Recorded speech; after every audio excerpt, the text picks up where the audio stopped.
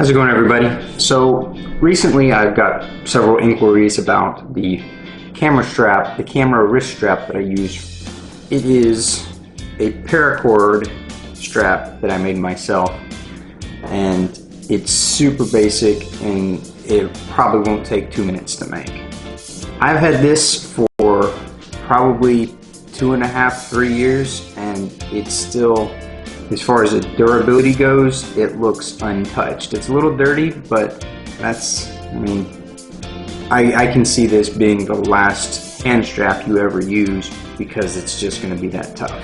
So in this video I'm going to show you guys how to make it. I forgot how long the piece of paracord that I need is, so I'm going to take this one apart because I need one slightly longer, so I've got another piece of paracord here.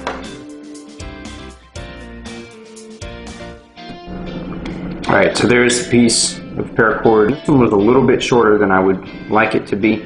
It prevented me from holding onto the camera, spanning my hand across it to turn it around to do a selfie mode without a tripod of sorts. It also prevented me from being able to hold a tripod right up against the base of the camera with the strap still reaching my wrist. So it was a little bit too short, so the next one I'm going to do is going to be a little bit longer. But you can make this any length you want, and you'll be able to adjust the length of how much room you want at the end of it. So you want to start off with an oversized piece of paracord.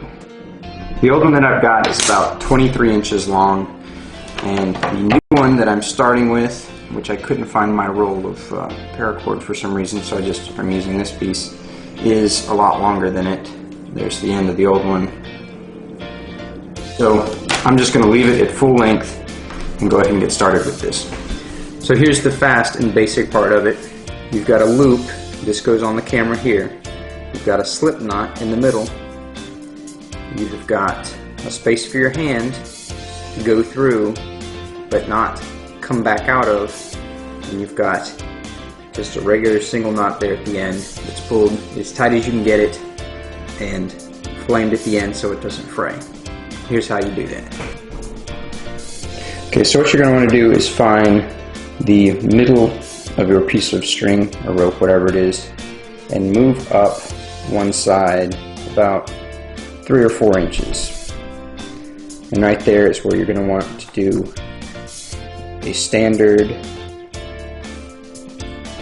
just the beginning of a knot. So you'll have this here, which everybody should be familiar with this. It's pretty basic when it comes to tying knots. And then you're going to take your longer side and continue in the direction that it is already looped. See how it's coming through this direction? You're going to want to come back through the back side. Pull out a little slack and then tighten down the original side that you put the knot in. So now you've got a loop here and a knot, but this will slip through, so it's a slip knot. So let's see, I think that's about what I want there. And so I'm going to put my hand through this, pick a point where I don't think it will pull off, and right there is where I'm going to tie my knot.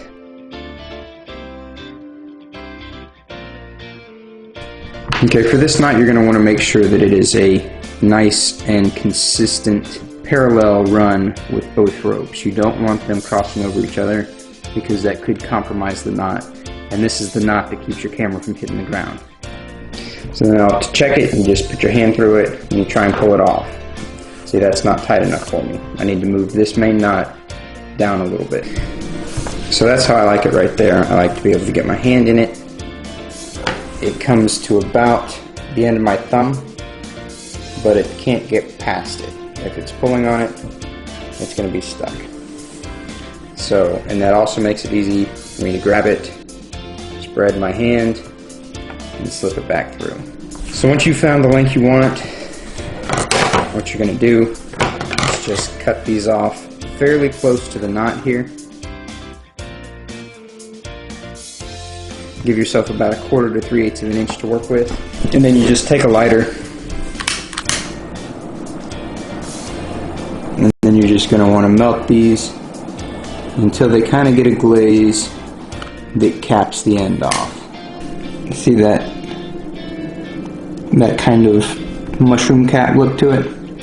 That's what you want to go for. You don't want to melt down the whole thing. You don't want to catch it all on fire. But you do want to do that. It'll keep it from fraying and make it last a lot longer.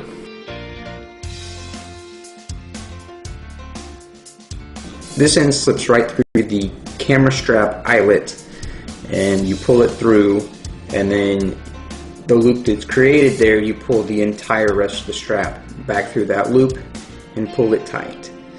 Now it's fastened to the camera, and you should be good to go.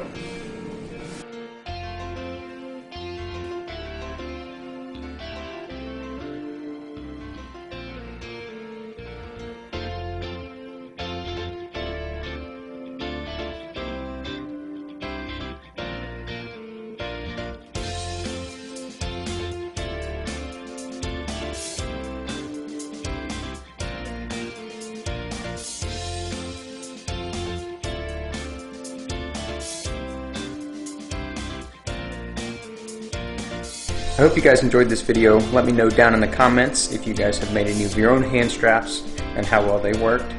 Go ahead and hit that like button and subscribe, and I'll see you in the next one.